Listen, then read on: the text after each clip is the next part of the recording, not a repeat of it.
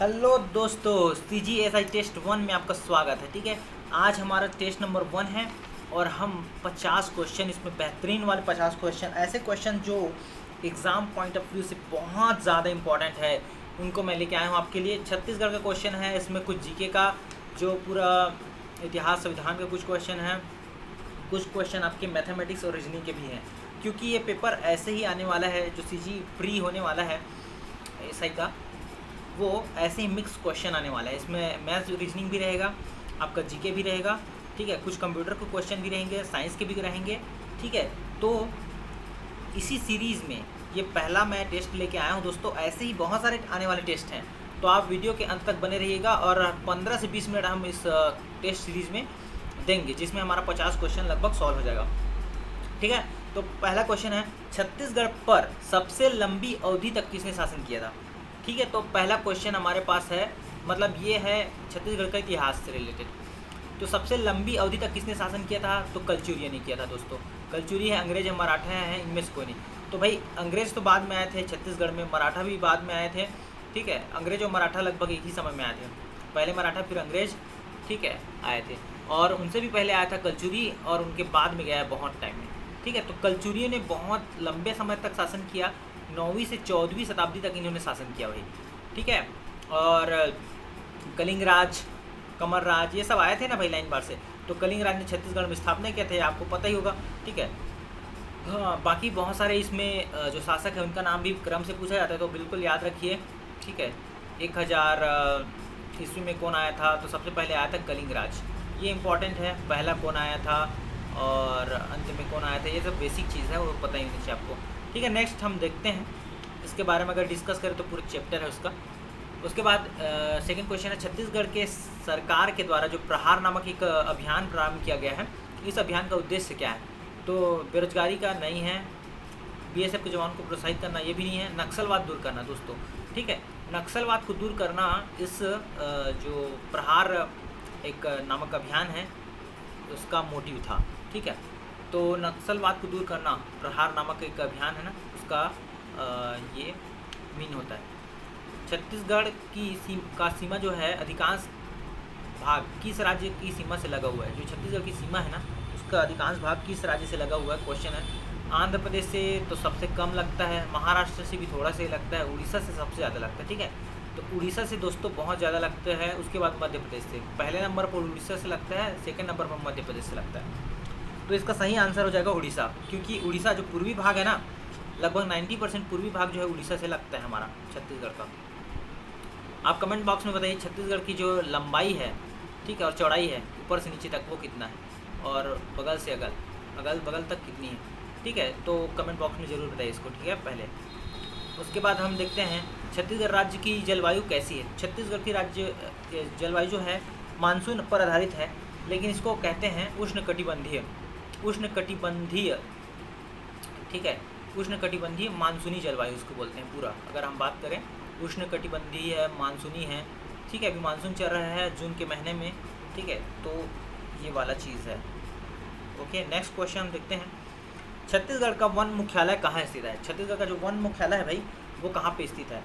तो बहुत ही सिंपल सा इसका आंसर है। इसका जो वन मुख्यालय है वो रहता है बिलासपुर में। बिलासपुर एक हब है वन का। ठीक है, वन मुख्यालय यहीं पे है। ओके, नेक्स्ट क्वेश्चन हम देखते हैं, मद्रा। ठीक है, मद्रा जलप्रपात कहाँ स्थित है। ये मद्रा जलप्रपात है जो बस्तर क्षेत्र में स्थित है। बस्तर जो जिला है, ठीक है, बस्तर संभाग में बस्तर जिला, जगदलपुर वहाँ का मुख्यालय है। वहीं से लगभग 15 से 20 किलोमीटर के आसपास ही एक टोकपाल नामक गांव है। ठीक है, वहीं पे ये मद्रा जलप्रपात है। ठीक है, तो ये बात आपको ध्यान में रखनी है दोस्तों। अगर देखिए फास्ट हो रहा है तो आप यूट्यूब में स्लो और फास्ट का जो ऑप्शन है वहाँ से आप एडजस्ट कर सकते हैं। निम्नलिखित में कौन दक्षिण भारतीय संस्कृति है जिसके अवशेष छत्तीसगढ़ में मिले हैं। ठीक है, मिले नहीं, जिले नहीं है, मिले हैं। ठीक है, तो आहड़ संस्कृति इसका तो नहीं मिला है। अगर रंगपुर संस्कृति की बात करें, इसका भी नहीं मिला है। क्याथा का नहीं मिला है। महापाषाण हम पढ़ते हैं भाई छत्तीसगढ़ में आदि ऐतिहासिक काल है ना, ऐतिहासिक काल और प्रागैतिहासिक काल। तो महापाषाण वहीं पे हम लोग पढ़ते हैं, जो पूरा पाषाण महापाषाण ऐसा टाइप का। तो महापाषाण संस्कृति यहाँ से मिला है। तो ये बी वाला आंसर सही हो जाएगा इसका। नेक्स्ट क्वेश्चन है, छत्तीसगढ़ में स्थित दक्षिण कौशल की राजधानी क्या थी? ठीक है, या फिर थी, कौन सी थी ये पूछ रहा है सीधा सीधा, यहाँ पे कुछ मिस्टेक हो गया, क्या थी? तो ये देखिए साकेत नहीं थी, पाटलिपुत्र, पाटलिपुत्र भैया मौर्य साम्राज्य का जो है मगध का ये था राजधानी था। तो श्रावस्ती इसका आंसर सही है, C is the right answer, Shravasti इसका सही आंसर हो जाएगा। दक्षिण कौशल की राजधानी क्या थी? तो श्रावस्ती थी। गुप्त वंश के स्वर्ण सिक्के निम्नलिखित में छत्तीसगढ़ के किस जिले से प्राप्त नहीं हुए? ये यहाँ पे सबसे ज़्यादा कन्फ्यूज़न ये होता है कि भाई यहाँ पे है, उसमें आप लगा के आ जाते हैं नहीं, ये पूछ रहा है। तो देखिए बिलासपुर दुर्ग से प्राप्त हुआ है, गुप्त वंश के रायपुर से प्राप्त हुआ है, ठीक है, बिलासपुर से भी प्राप्त हुआ है, ठीक है। अगर हम बात करें मल्हार साइड में तो वहाँ से प्राचीन, यहाँ बस्तर से ये प्राप्त नहीं हुआ। गुप्त वंश जो है बस्तर साइड में गया ही नहीं ज़्यादा, ठीक है, थोड़ा बहुत गया है, बाकी इसका साक्ष्य नहीं मिलता है। तो गुप्त वंश के स्वर्ण सिक्के यही तीनों जो मध्य भाग हमारे छत्तीसगढ़ के वहाँ से मिलते हैं। ये छत्तीसगढ़ है, ठीक है, ये मध्य भाग है, वहीं से ये सारा चीज़ आपका मिल जाता है गुप्त वंश के, ठीक है। समुद्रगुप्त प्रयाग प्रशस्ति में उल्लिखित व्याघ्रराज कहाँ का शासक था? व्याघ्रराज, ठीक है, व्याघ्रराज को मार के समुद्रगुप्त ने व्याघ्रहंता की उपाधि धारण की। बार बार हम लोग रटते हैं बहुत सारा, ठीक है। तो ये महाकांतार का था, कौशल का था, या कहाँ था? तो ये था महाकांतार। महाकांतार कन्फ्यूज़न नहीं होना, महाकांतार यानी बस्तर। प्राचीन काल में जो बस्तर है दनकारण्य कहला जाता था, महाकांतार कहलाता था। तो गुप्त वंश में भाई बस्तर को क्या कहते थे? तो महाकांतार कहते थे। तो ये प्रश्न भी आ सकता है ना। तो ये वाले प्रश्न का आंसर ये हो गया कि व्याघ्रराज कहाँ का था? तो महाकांतार नामक जगह जो कि बस्तर है ना, वहाँ का था।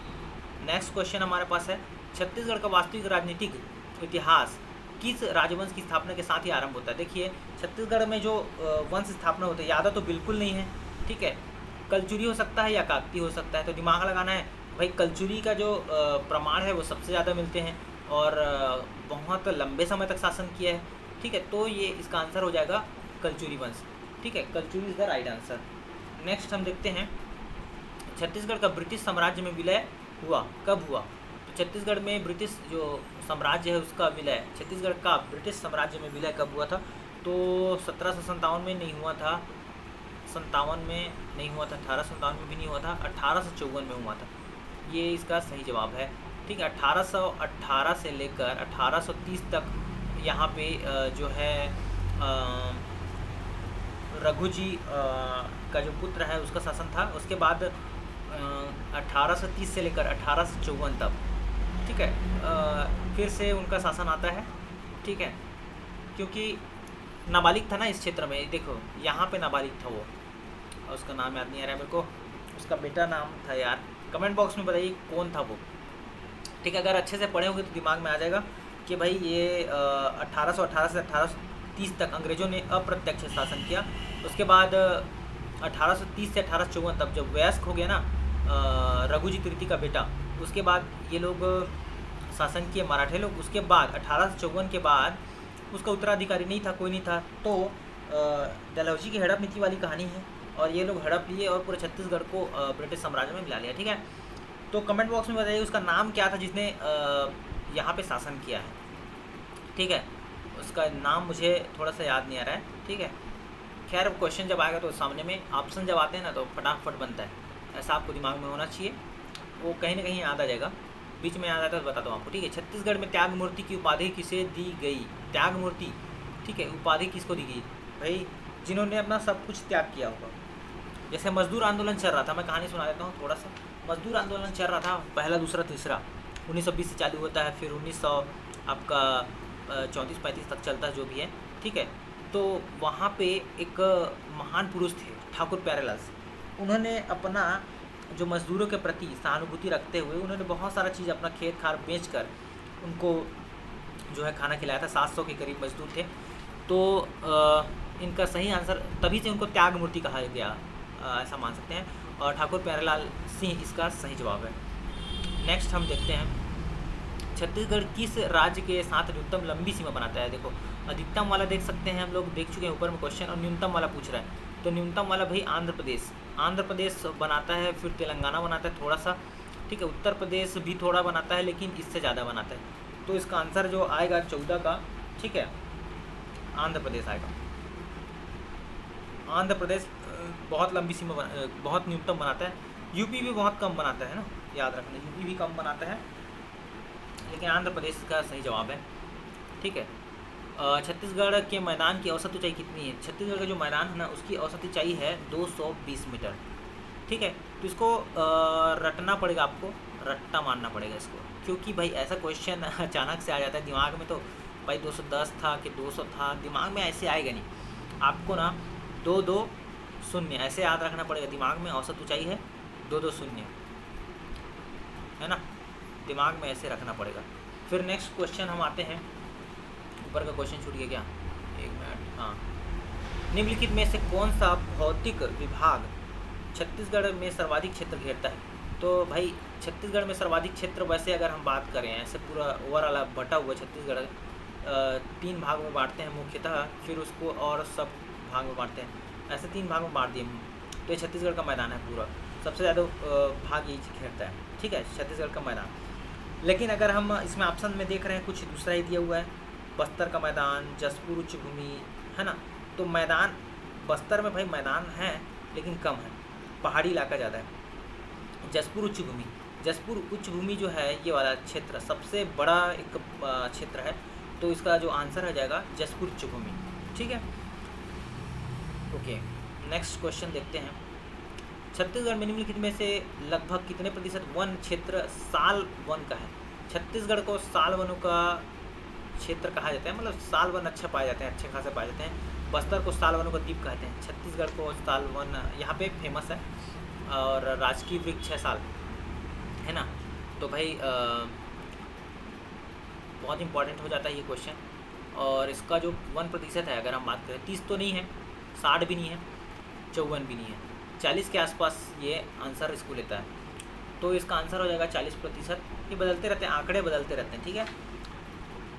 तो 40% अभी वर्तमान में जो है साल वन है। 40-44 भी आपको कहीं कहीं मिल सकता है, ठीक है, लेकिन ऑप्शन दूर दूर तक है, इसलिए 40 को लगभग लेना पड़ेगा आंसर। राज्य के किस जिले में सर्वाधिक आरक्षित वन है? आरक्षित वन अगर हम बात करें राज्य किस जिले में, तो आरक्षित वन ऐसे वन जो जिनमें जो है आपका आरक्षित रहता है, ठीक है, वो है दंतेवाड़ा में, बस्तर में नहीं है, दुर्ग में नहीं है, सरगुजा में नहीं। बस दुर्ग में सबसे कम वन है ना, और दंतेवाड़ा में भाई आरक्षित वन सर्वाधिक है, इसको आपको दिमाग में रखना है। नेक्स्ट 19, छत्तीसगढ़ में देश का लगभग कितने प्रतिशत तेंदुपत्ता का उत्पादन होता है या उत्पन्न होता है? 10% नहीं होता है, 15 नहीं होता है, 27 नहीं होता है, या इसका आंसर आएगा सी 20% होता है। इसको दिमाग में छाप लेना कि भाई 20% होता है, ऐसा ही में कभी भी आ सकता है। छत्तीसगढ़ के निम्नलिखित में से किस जिले में सबसे अधिक वन क्षेत्र है? सबसे अधिक वन क्षेत्र हैं आपके छत्तीसगढ़ के कहाँ पे है भाई सबसे अधिक वन क्षेत्र? तो इसका आंसर हो जाएगा कोरबा में नहीं है, थोड़ा है लेकिन उतना नहीं है, महासमुंद में भी नहीं है, कोरियम भी नहीं है, इसका आंसर आ जाएगा सरगुजा। सरगुजा एक क्षेत्र है, सबसे अधिक वन वाला क्षेत्र है ना।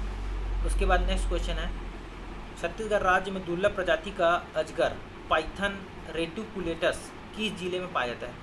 तो पाइथन रेटिकुलेटस जो प्रजाति का अजगर है वो भाई बस्तर में भी नहीं पाया जाता, दंतेवाड़ा में भी नहीं, सरगुजा में नहीं, ये आएगा बिलासपुर में, बिलासपुर जिले में, है ना, बिलासपुर शहर में नहीं, बिलासपुर जिले में पाया जाता है, ठीक है।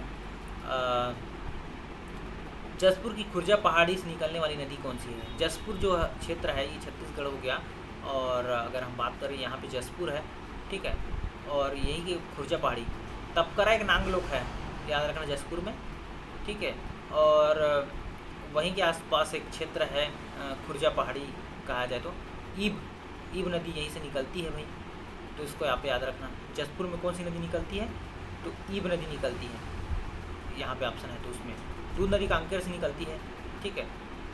छत्तीसगढ़ में सबसे अधिक कौन सी मिट्टी पाई जाती है? छत्तीसगढ़ में सबसे अधिक मिट्टी पाई जाती है, काली भी पाई जाती है, कन्हार भी पाई जाती है, लाल पीली भी पाई जाती है, मटासी भी पाई जाती है, लेकिन सबसे अधिक पूछा है, सबसे अधिक पाई जाती है लाल पीली मिट्टी, ठीक है, लाल पीली मिट्टी सबसे अधिक छत्तीसगढ़ में पाई जाती है। छत्तीसगढ़ का सबसे ऊंचा जलाशय कौन सा? ऊंचा जलाशय पूछ रहा ना आपको, वाटरफॉल नहीं पूछ रहा है, जलाशय, ठीक है। जलाशय वाटरफॉल में दोनों में अंतर है। वाटरफॉल जो है फॉल होता है, ऊपर से नीचे गिरता है, ठीक है, और जलाशय क्या होता है? एक जलमग्न क्षेत्र होता है जहाँ पे भरा होता है, डैम जिसको बोलते हैं हम लोग। तो मिनी माता जलाशय जो है ना, रविशंकर छोटा है उससे, उड़ार भी छोटा है उससे, सोडा भी छोटा। मिनी माता जो जलाशय है वो छत्तीसगढ़ में सबसे ऊंचा है, ठीक है। उसके बाद हम नेक्स्ट क्वेश्चन बात करते हैं। क्वेश्चन नंबर हमारा आ गया है 25। भारत के केंद्रीय सरकार के द्वारा प्रधानमंत्री आवास योजना ग्रामीण क्षेत्र में कब लागू या शुरुआत की गई? तो भाई ये जो हुआ था उस समय हुआ था, इसका आंसर वैसे टिक्ड है 26 नवंबर सन 2016। इसको याद ही कर लेना, इसलिए इसको टिक किया गया है, बहुत इंपॉर्टेंट है इसलिए, ठीक है। क्योंकि योजना जो है भाई बहुत ही कम जो है एग्ज़ाम में इस टाइप का क्वेश्चन आया है प्रधानमंत्री आवास वाला। और आवास इतना ज़्यादा फेमस है भी, अभी के डेट में सबसे बड़ी योजना अगर बात करें तो आवास योजना है, क्योंकि सीधा सीधा 1.5-2 लाख रुपए, 2 लाख रुपए तक सरकार जो है एक घर बनाने दे रही है। तो बहुत ही अच्छा स्कीम है ये। 26 नवंबर सन 2016 को ये लागू हुआ था। निम्नलिखित में कौन सा भारत में अंग्रेजों द्वारा निर्मित पहला किला था? पहला किला अगर हम बात करें भारत में तो फोर्ट विलियम, कई लोग लगाए होंगे तो गलत है, क्योंकि फोर्ट विलियम बाद में हुआ था, हालांकि ये बहुत पुराना किला है, ठीक है। इसका आंसर आ जाएगा फोर्ट सेंट डेविड। ये बहुत ही इंपॉर्टेंट है, फोर्ट सेंट डेविड। ये जो किला है ना अंग्रेजों द्वारा निर्मित पहला किला है। कोबाल्ट 60 का उपयोग निम्न में से, ये साइंस का क्वेश्चन है। कोबाल्ट 60 जो है उसका उपयोग जो है ना भाई, किस रोग के उपचार के लिए किया जाता है? तो किस रोग के उपचार के लिए किया जाता है? तो ये होता है रक्त कैंसर, थायराइड। देखो थायराइड के आयोडीन 131 इसका उपयोग किया जाता है। एड्स एक बीमारी है, मायोपिया एक बीमारी है, ठीक है। एड्स जो है एक्वायर्ड इम्यूनोडेफिशिएंसी सिंड्रोम पूछा जाता है, मायोपिया, ठीक है, आँख वाला है। इसका आंसर आ जाएगा रक्त कैंसर। रक्त कैंसर जो है कोबाल्ट रक्त कैंसर होता है, उसका मतलब उपचार के लिए यूज़ होता है भाई। कोबाल्ट जो 60 है ना, उस धातु का उपयोग करके उसको मेडिसिन बना के लोगों को देते होंगे, और जैसे रक्त कैंसर थोड़ा सा कम हो जाता होगा, है ना। विक्रमशिला विश्वविद्यालय की स्थापना किसने की थी? विक्रम, ये इतिहास का क्वेश्चन है। विक्रमशिला विश्वविद्यालय की स्थापना किसने की थी? तो भाई गोपाल ने नहीं की थी, देवपाल ने नहीं की थी, महिपाल ने नहीं की थी, ये की थी धर्मपाल। धर्मपाल जी ने विक्रमशिला विश्वविद्यालय की स्थापना की थी, है ना। उसके बाद है NCTC का अर्थ क्या है? NCTC का अर्थ क्या है? ठीक है, नेशनल काउंटर टेररिज्म, ठीक है, centre, national counter terrorism centre, ठीक है। तो ये कौन सा हो जाएगा? Counter terrorism. टेररिज्म कौन सा होता है? आतंकवाद। आतंकवाद नियंत्रण के लिए राष्ट्रीय केंद्र, ठीक है। NCTC का अर्थ यही है, आतंकवाद विरोधी केंद्र, राष्ट्रीय आतंकवाद विरोधी केंद्र, ये भी आंसर आप ले सकते हैं, ठीक है। नेशनल टेररिज्म काउंटर यानी विरोधी और केंद्र सेंटर, तो ये वाला आंसर ना हो कि ये वाला आंसर, ये ज़्यादा अच्छा है, ठीक है। आतंकवाद नियंत्रित नहीं करता है, उसको काउंटर करके सीधा सीधा विरोध करना है उसका, ओके। भारत की गुप्तचर एजेंसी कौन कौन सी है? तो भाई भारत का गुप्तचर एजेंसी हम लोग बचपन से सुनते हैं, IB, इंटेलिजेंस ब्यूरो, रॉ, ये मूवी में देखते हैं ना। तो रॉ में भर्ती कैसे होता है? UPSC के थ्रू होता है, याद रखना। और इंटेलिजेंस ब्यूरो का अलग से एग्ज़ाम होता है, ठीक है, ये भी आपको दिमाग में रखना है। तो IB है, रॉ कहाँ पे है? IBNRAW, रॉ, ये इसका सही आंसर है, जो गुप्तचर एजेंसी है ना। और बाकी जो CBI वगैरह है जांच एजेंसी, NIA जांच एजेंसी है, ठीक है। और जबकि ये जो है इन्वेस्टिगेट नहीं करता है, ये सीधा सीधा गुप्त सूचनाएँ देता है, ठीक है। जबकि NIA और CBI क्या करती? जांच करती है, जांच एजेंसी है। और यहाँ पे पूछा गुप्तचर, सीक्रेट एजेंसी। सूर्य और पृथ्वी के बीच न्यूनतम दूरी कब होती है? जैसे ये सूर्य है और ये पृथ्वी है ना, इसके चारों ओर चक्कर लगा रही है भाई। न्यूनतम दूरी कब होती है? न्यूनतम दूरी होती है 3 जनवरी को, न्यूनतम दूरी 3 जनवरी को होती है।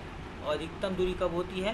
अधिकतम होती है 4 जून को, जनवरी या जुलाई, सॉरी, जुलाई, 4 जुलाई को अधिकतम दूरी होती है ना। कच्चे तेल से गैसोलीन निम्न प्रक्रिया द्वारा प्राप्त किया जाता है। कच्चे तेल से गैसोलीन कैसे प्राप्त करेंगे? गैसोलीन उत्पादन करने के लिए कच्चे तेल का उपयोग किया जाता है, और इसमें किया जाता है भिन्नात्मक आसवन का, प्रभाजी आसवन। प्रभाजी आसवन आपने सुना होगा, उसी का उपयोग हम लोग करते हैं गैसोलीन प्राप्त करने के लिए, मतलब उसको गर्म किया जाता होगा और डिस्टिल टाइप की किया जाता है, डिस्टिल वाटर जैसे प्राप्त करते हैं वैसे टाइप का। प्रभा जायसवाल। जब राष्ट्रपति एवं उपराष्ट्रपति कार्यालय रिक्त हो तो उसके कर्तव्यों का निष्पादन किसके द्वारा किया जाएगा? तो भाई बहुत ही सिंपल सा क्वेश्चन है। जब राष्ट्रपति ना हो तो प्रधानमंत्री तो आएगा नहीं, गृह मंत्री भी नहीं आएगा, ठीक है, लोकसभा अध्यक्ष भी नहीं आएगा। कौन आएगा भाई? मुख्य न्यायाधीश। भारत की जो मुख्य न्यायाधीश हैं एन वी रमन्ना अभी वर्तमान में वो हैं, ठीक है, एन वी रमन्ना। तो अगर राष्ट्रपति जी और प्रधानमंत्री जी नहीं रहते हैं तो कौन आएंगे? उपराष्ट्रपति भी नहीं रहते हैं तो कौन आएंगे? आपके मुख्य न्यायाधीश। तंबाकू धूम्रपान स्वास्थ्य के लिए हानिकारक है क्योंकि इसमें शामिल है, भाई बहुत सिंपल सा सवाल, इसमें निकोटीन रहता है। तंबाकू में कौन सा रहता है तत्व? निकोटीन। कार्बन मोनोऑक्साइड नहीं रहता है, पाली ये नहीं रहता है, उपरोक्त सभी ये होगा ही नहीं आंसर, तो nicotine is the right answer. बीच में एक कोलगेट नहीं करना है करके आया था, निकोटीन रहता है उसमें करके, है ना। और ठीक है, बनारस हिंदू विश्वविद्यालय की स्थापना किसने की थी? तो बनारस हिंदू विश्वविद्यालय की स्थापना 1916 में हुई थी, ठीक है। वही जो होम रूल लीग आंदोलन नहीं होता, होम रूल लीग आंदोलन, एनी बिसेंट वाला, एनी बिसेंट के साथ एक आदमी थे, उनका नाम था, ठीक है, डायरेक्ट मैं आंसर बता रहा हूँ आपको, मदन मोहन मालवीय जी। मदन मोहन मालवीय जी ने बसंत पंचमी के दिन भाई बनारस हिंदू विश्वविद्यालय की स्थापना की थी, और इनके साथ में एक और थे, सुंदरलाल और एनी बिसेंट। तो ये कभी पूछा गया कि भाई लाला मदन मोहन मालवीय जी के साथ में और कौन थे? तो सुंदरलाल थे और एनी बिसेंट, ये दो लोग सहयोगी थे जिन्होंने बनारस BHU जिसको बोलते हैं, बहुत ही बड़ी इंस्टीट्यूट है, इसमें सभी प्रकार के कोर्स होते हैं, इंजीनियरिंग भी होता है यहाँ तक कि। इंडिया विंस फ्रीडम नामक पुस्तक किसने लिखी थी? भाई कहीं ना कहीं ऐसा टाइप का क्वेश्चन आपको दिख जाएगा, याद रखना, आज़ाद जी ने इंडिया विंस फ्रीडम, ठीक है, शिक्षा मंत्री ना, पहले शिक्षा मंत्री जो थे मौलाना आज़ाद, उन्होंने लिखा था इंडिया विंस फ्रीडम। 1 KB, ये कंप्यूटर का क्वेश्चन है, काट दो। 1 किलोबाइट में कितने बीट होते हैं? 1 किलोबाइट में कितने बिट्स होते हैं? ठीक है, 1 KB 1 KB कितना होता है? 1024 B, ठीक है। और ये बीट्स नहीं है, बाइट है, B मतलब बाइट होता है ना। 1 बाइट कितने बीट? 1 बाइट में होता है 8 बीट, ठीक है, 1 बाइट में 8 बीट, तो 1 KB में हो जाएगा 1024 बाइट, है ना, गुणा 8 बीट, ऐसा मल्टीप्लाई करना पड़ेगा, तो बहुत ज़्यादा हो जाएगा ये चीज़। तो ऑप्शन में दिख रहा है बीट्स है ना, BITS, तो ये वाला आंसर तो आएगा नहीं, क्योंकि 1000 से ऊपर ही आएगा ना, 1024 गुणा 8 आएगा, तो इनमें से कोई नहीं है, इसका आंसर ये हो जाएगा D, लॉजिक से देखें तो। जल्दीबाजी में क्या करते हैं ये लोग? इसी को लगा के आते हैं, लेकिन ये गलत है, दिमाग को लगाना, ठीक है, क्योंकि 8 का इसमें मल्टीप्लाई करना पड़ेगा। बीट पूछा है, बाइट नहीं पूछा है, ये बाइट है ना। ध्वनि सबसे तेज चलती है, किस में चलती है ध्वनि? भाई देखो, ठोस में चलती है ध्वनि, ठोस, गैस और द्रव, तीनों में से सबसे ज़्यादा चलती है ठोस में। अब ठोस ढूंढ लो इसमें से, शून्य में नहीं, स्टिल, हाँ स्टिल, पानी तो तरल हो जाएगा, हवा ये गैस हो जाएगा, तो भाई ये जो स्टिल है ना, उसमें सबसे ज़्यादा इसकी ध्वनि होगी। निम्नलिखित में से जो मेल है उनको करना है हमको। एनीमोमीटर क्या काम करेगा? 39 में एनीमोमीटर काम करता है आपका हवा का जो वेग है वो देखता है। उसके बाद सिस्मोग्राफ क्या करता है? सिस्मोग्राफ करता है आपका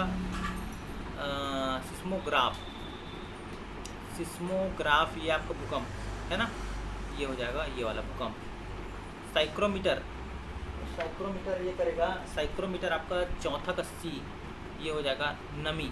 और बैरोमीटर दाब, इसको जानते हैं यहाँ पर, है ना, इसको आप जानते हो कि भूकंप को आप जानते ही हो, सिस्मोग्राफ भूकंप और बैरोमीटर दबाव, और बाकी दोनों एनीमोमीटर पर सबको याद रखना है, हवा में, और साइक्रोमीटर नमी में। तो इसका सही आंसर कौन सा हो जाएगा? 3142, 3142, ये वाला सही आंसर हो जाएगा C। उत्तर कोरिया और दक्षिण कोरिया के बीच में कौन सी चिन्हित करता है? कौन सा मतलब लाइन है, ऐसा पूछ रहा है। ये उत्तर कोरिया हो गया और ये दक्षिण कोरिया हो गया, इन दोनों के बीच में कौन सा लाइन है? तो भाई याद रखना 38 जो पैरेलल है, 38 समांतर, वही जो लाइन है उत्तर कोरिया दक्षिण कोरिया को अलग करती है। उत्तरी अमेरिका दक्षिणी अमेरिका नहीं, उत्तरी अमेरिका और कनाडा को 4 डिग्री समांतर ये अलग करती है। Red Cliff line Bharat Pakistan को अलग करती है? 17 डिग्री, ये नहीं पता मुझे, ठीक है।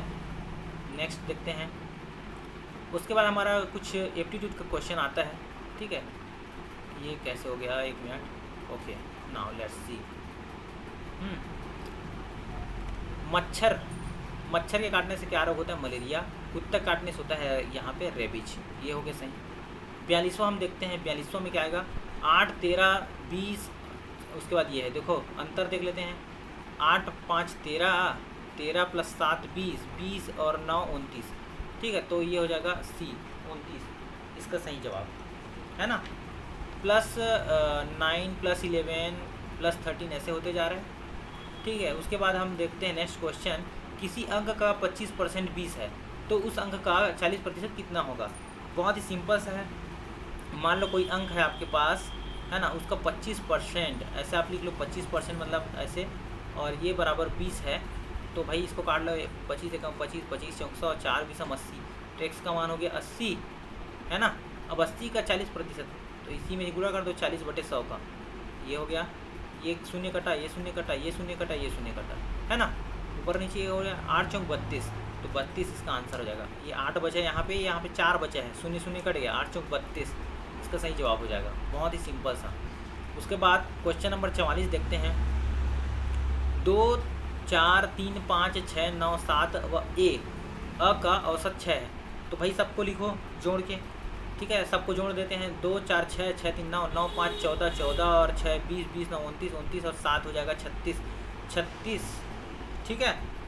और प्लस डिवाइड बाय कितने अंक है? 2, 2, 4, 2, 6, 7, 7 और 1 8, करके 8 हो गया। 8 नीचे में आ जाएगा, आंकड़ों का योग बटे आंकड़ों की संख्या, और ये हो जाएगा औसत। 8 छक्के 48, 48 में से 36 गया, आपको बच जाएगा 12। तो का मान कितना आ गया फिर? 12। पक्षांतर करना आता है ना भाई, ठीक है, कर लेना। बहुत ही सिंपल से 8 छक्के 48 ये हो जाएगा, ये 36 उधर जाके माइनस हो जाएगा, तो का मान आ जाएगा 12। तो 12 इसका सही जवाब हो जाएगा।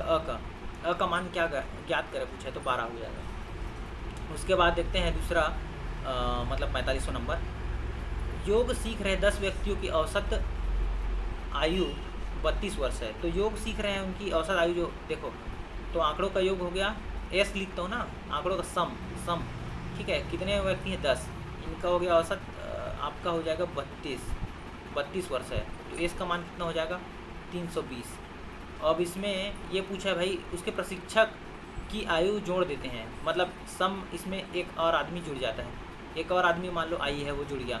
अब इनका जो औसत हो तो 34 वर्ष हो जाएगा, मतलब 10 व्यक्ति तो कितने हो जाएंगे? 11, ठीक है। 11 व्यक्ति हो जाएंगे और उनका औसत कितना है? 34। इसका आंसर कितना हो जाएगा भाई? 3 हो जाएगा, 4 हो जाएगा, बीच में कितना होता है? 374 हो जाएगा ना, गुणा किया हूँ डायरेक्ट दिमाग लगा के, ठीक है। 374 हो गया भाई। 3 को इधर रखो, 4 को उधर रखो और दोनों को जोड़ दो 7, तो ये दिमाग होता है भाई 11 का गुणा करने का। अब 374 में से 320 माइनस कर दो, तो आपका आंसर आ जाएगा भाई 4, यहाँ पे बचा 54, ठीक है। 54 इज़ द राइट आंसर। तो 54 वर्ष आपका बच जाएगा ये, ठीक है। अब फार्मूला लगाते बैठोगे तो भाई एग्ज़ाम कैसे दिलाओगे? थोड़ा सा प्रैक्टिस करो यार, है ना। तो ये हो गया 54। उसके बाद नेक्स्ट क्वेश्चन हम देखते हैं 46 नंबर। पहले 50 नेचुरल नंबर का योग क्या है? पहले 50 नेचुरल जो नंबर है उनका योग इस तरह से निकालते हैं। देखो 50 तक बोला है ना, मतलब ऐसे लिखाएगा 1 2 3, नेचुरल नंबर है प्राकृतिक संख्या 50 तक, इस तरह से। तो इन संख्याओं का योग जो है n तक जाएगा मान लो, तो उसका फार्मूला होता है n + 1 / 2। बहुत ही सिंपल फार्मूला। n क्या है? जो आखिरी में दिया रहता है नंबर, कहाँ तक निकालना है? पहले 50, तो 50 है ना, तो 50 को यहाँ पे रखो, 50 + 1 51 हो जाएगा, +1 है जी, और ये 2 है, 2 25, और 25 से गुणा करेंगे, 25 से कम 25 की 5, है ना, हासिल में आपका 2, और 25 25 तो 25 और 2 27, है ना। तो 1275 इसका सही जवाब हो जाएगा। इसका मल्टीप्लाई करेंगे आप तो ये आएगा 1275। दिमाग में करना चाहिए ज़्यादा से ज़्यादा, क्योंकि भाई उसमें बनाने का समय नहीं रहेगा उतना, तो बस ऐसी प्रैक्टिस करना है आपको। 2 टेबल एवं 3 कुर्सी का मूल्य 3500 रुपये है। बहुत ही सिंपल सा है भाई, ऐसे लिखते चलो, ठीक है। 2 टेबल है प्लस यहाँ पे कितनी कुर्सियाँ हैं? 3 कुर्सी। कुर्सी को आप लिख लो के लिख लो, चलो ठीक है, या सी भी लिख सकते हैं, चेयर। इसका रुपये है 3500। ओके। उसके बाद 3 टेबल प्लस 2 कुर्सी, इसका मूल्य है भाई 4000 रुपये। इसको ऐसे लिख लिए। अब देखो बराबर नहीं है, हमको के को गायब करना है या टी को गायब करना है, हमको निकालना है टेबल का मूल्य। एक टेबल का मूल्य निकालना है तो के को गायब करना है, तो के को बराबर करना पड़ेगा। तो ये देखो 2 है, यहाँ 3 है, तो मैं क्या करता हूँ, इधर ये वाले 2 को ऊपर में गुणा करते हैं और ये वाले 3 को यहाँ पे गुणा कर देते हैं। इसके बाद माइनस कर देंगे, आंसर आ जाएगा। ठीक है, तो इसको कर देते हैं 2 दूनी 4t, पहले वाले में देख रहा हूँ 2 दूनी 4t, और फिर 2 या 6 बराबर हो जाएगा 35 दूनी 70, यानी 7000 ये हो जाएगा, है ना। और 3 की 9t और प्लस ये हो जाएगा 3 दूनी 6 और ये हो जाएगा 3 चौक 12,000 ये हो जाएगा। अब दोनों में माइनस कर रहे हैं, तो 9 में से 4 गया आपका 5 बचेगा, 5t बचेगा कि नहीं, और यहाँ पे बचेगा 12 में 7 गया, 7 5 12, 5000। तो 1t का मूल्य कितना आ गया, 5 एकम 5, 1000। देखो 5t बराबर कितना आया मेरे पास 5000, तो 1t बराबर कितना आ जाएगा 1000, t बराबर हो जाएगा 1000, है ना। कटा दिए तो इसका आंसर हो जाएगा 47 का 1000। एक टेबल का मूल्य कितना हो जाएगा 1000। बहुत ही सिंपल सा क्वेश्चन। उसके बाद देखते हैं 48वां। यदि 12 मशीन प्रतिदिन 7 घंटे कार्य करके 18, ये बहुत ही सिंपल सा है, M1 D1 T1 ये वाला अपॉन W1, ये वाला फार्मूला सिंपल सा, M2 D2 T2 upon W2। देखो बहुत ही सिंपल सा, 12 मशीन को मेन मान लेते हैं।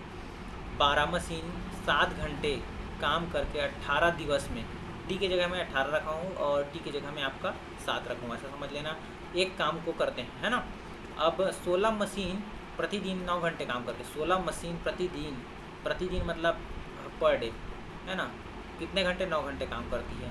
अब हमको ये पता नहीं है, तो इसको मान लेते हैं, लेट सपोज इसको मान लेते हैं, क्या चीज़ हमको निकालना है, दिन निकालना है ना, तो D2 हमको निकालना है। और कितने दुगुना काम करते हैं, यहाँ पे लिखा है दुगुना काम। जैसे एक काम था वहाँ पे तो 1 लिखे थे, यहाँ पे दुगुना काम, ठीक है। तो 2 गुणा 1 ऐसा लिख लेते हैं, या फिर डायरेक्ट 2 लिख दो, कोई दिक्कत नहीं। हाँ, कटा लेंगे इसमें से 2 अट्ठे हो गया 16, है ना, और बाकी बच गया अपने पास 18, 9 एक कम 9, 9 दूनी 18, 2 एक कम 2, 2 चौक 8, 4 एक कम 4, 4 तिया 12, 3 7 21 दिन इज़ द राइट आंसर। यहाँ पे सही जवाब हो जाएगा 48 का आपका 21 दिन। 48वां क्वेश्चन का ये सही जवाब हो जाएगा 21। ओके, नेक्स्ट क्वेश्चन बात करते हैं 49वां नंबर, बहुत ही सिंपल सा है। ओके, 4 वर्ष पूर्व ब की औसत आयु 18 वर्ष थी। 4 वर्ष पूर्व भाई ए और बी की औसत आयु थी, देखो ए और बी मैं लिख लेता हूँ, अब को ए भी लिख रहा हूँ ना। 4 वर्ष पूर्व इसकी आयु कितनी थी, 36 वर्ष। 4 वर्ष बाद कितनी हो जाएगी, ए प्लस बी की आयु, प्लस 4 वर्ष कर लेते हैं इसमें, 36 4 40 प्लस 4, क्योंकि इसका भी 4 इसका भी 4, 8 हो जाएगा ना, तो ये हो जाएगा 44 वर्ष। ये वर्तमान हो जाएगा, वर्तमान, ठीक है। वर्तमान में बोला है अब तीनों की औसत आयु दिया है 24 वर्ष, ए प्लस बी प्लस सी, इन तीनों की औसत आयु दिया है। देखो औसत यहाँ पे बटे 2 होता ना, उसको मैं मल्टीप्लाई किया हूँ, 18 दूनी 36, तो 18 गुणा 2 कर देता हूँ डायरेक्ट, है ना। ए बी सी यहाँ पे नीचे में 3 आता है ना, आंकड़ों का एक बड़े आंकड़ों की संख्या में ए बी सी 3 व्यक्ति है तो 3 आता, और 24 या 72, तो यहाँ पे 72 लिख रहा हूँ इसलिए मैं, है ना, डायरेक्ट। तो भाई देखो वर्तमान में इसकी आयु इतनी है। अब ए बी का मान मालूम है, यहाँ पे ए बी का मान रख दो, सी का मान निकल जाएगा। सी का मान निकालने के लिए 72 में 44 घटा दो, इसमें से माइनस कर दो डायरेक्ट, तो इसका आंसर आ जाएगा 72 में 40 के 12 में से 4 गया 8 बचेगा, तो 28 वर्ष। 28 वर्ष सी की वर्तमान आ जाएगा। उसके बाद पूछ रहे 4 वर्ष बाद कितना है, तो 28 प्लस 4 कितना हो जाएगा 32। थोड़ा फास्ट हो रहा है जानता हूँ, ठीक है। तो 32 वर्ष इज़ द राइट आंसर 49 का। ओके, बहुत ही सिंपल सा है यार, एवरेज का क्वेश्चन। उसके बाद 50वां नंबर क्वेश्चन है। 8 किलोमीटर प्रति घंटा की गति से भाग रहे चोर का पीछा कर रही पुलिसकर्मी 10 किलोमीटर प्रति घंटा की गति से करता है, और यदि चोर पुलिसकर्मी से 100 मीटर आगे है तो पुलिसकर्मी चोर को कितने देर में पकड़ लेगा। ये 2 जगह हो जाएगा, यहाँ पे चोर भाग रहा है, यहाँ पे पुलिस भाग रहा है, ठीक है। मान लो ए चोर है और जो बी है पुलिस है, ये पीछे है लेट सपोज, ठीक है। और ये जो है 8 किलोमीटर प्रति घंटा, ये 10 किलोमीटर प्रति घंटा की रफ्तार से, और दोनों के बीच में जो डिस्टेंस है, चलो इस तरह से बनाते हैं। ये हो गया, ये अपना ए हो गया, पुलिस मान लेते हैं इसको, ये अपना चोर बी है, और इन दोनों के बीच में दूरी कितनी है 100 मीटर। तो वही speed is equal to distance upon time से बहुत ही सिंपल सा फार्मूला। स्पीड की जगह हम क्या रखोगे भाई, दोनों में अंतर है क्योंकि सेम डायरेक्शन में जा रहे हैं ना, चोर भी इसी दिशा में जा रहा है, पुलिस भी इसी दिशा में, तो दोनों का दूरी जो है घट जाएगा। 10 में से 8 जो है माइनस हो जाएगा डायरेक्ट। यहाँ पे हो जाएगा 2 किलोमीटर प्रति घंटा, 2 किलोमीटर प्रति घंटा। और डिस्टेंस कितना है 100 मीटर इनके बीच में। टाइम कितना है उसी को तो निकालना है, टाइम कुछ है कितने देर में पकड़ लेगा, तो भाई टाइम निकालना है आपको, है ना। और 2 किलोमीटर को आप किस में बदलना चाहते हो शुरू में, यहाँ पे बता देता हूँ।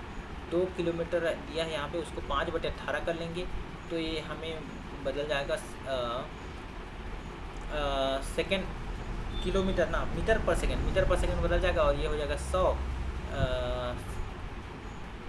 दूरी है ना मीटर में, ये देखो 5 दूनी 10 हो जाएगा ये, और डिवाइड बाय 18 पूरा 100/30। समय निकालना है, 1 शून्य कटा, यहाँ पे 1 शून्य कटा, 18 रहा 180, तो ये हो जाएगा 180 सेकेंड। 180 सेकेंड मतलब कितना मिनट, ये हो जाएगा भाई डिवाइड बाय 60 कर लेंगे, 6 × 18 3 मिनट, तो t बराबर 3 minute. 3 minute is the right answer, यहाँ पे सही जवाब हो गया। ओके दोस्तों, तो ये 50 क्वेश्चन है, आई होप आपको पसंद आया होगा। अगर पसंद आया है तो कमेंट करें कि भाई और हमें टेस्ट सीरीज़ चाहिए। वैसे मैं लेके आने वाला हूँ बेहतरीन टेस्ट सीरीज़, इससे भी अच्छा रहेगा क्वेश्चन का लेवल, ठीक है। तो आई होप आपको क्वेश्चन का लेवल पसंद आया होगा वीडियो को, ठीक है। पसंद करें,